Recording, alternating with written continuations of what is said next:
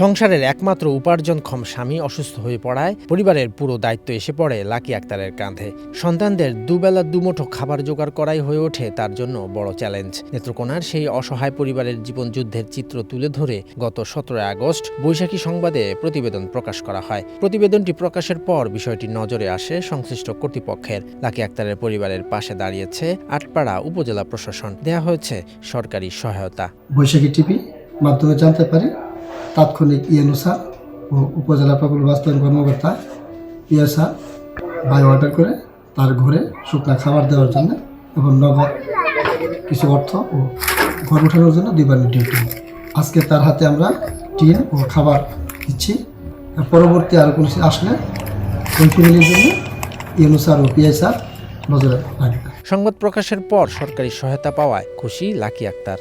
বছর ধরে কষ্ট করতেছি, আমি অনেক কষ্ট করতেছি, গড় তুলতে পারি না, পোলা ফান্ডিরে লইয়া। আমার সাংবাদিক ভাইয়েরা গিয়ে এই অবস্থা দেখে তারা আমার সহযোগিতা করছে।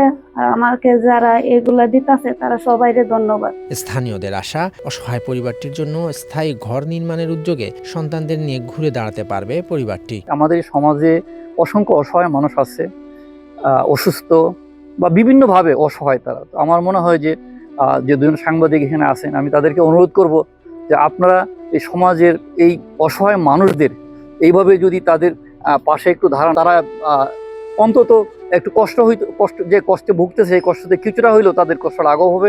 দীর্ঘদিনের কষ্ট আর অনিশ্চয়তার পর সরকারি সহায়তা পেয়ে এখন নতুন করে বাঁচার স্বপ্ন দেখছেন লাকি আক্তার ও তার 5 সন্তান। শরীয়তুল্লাহ, বৈশাখী সংবাদ।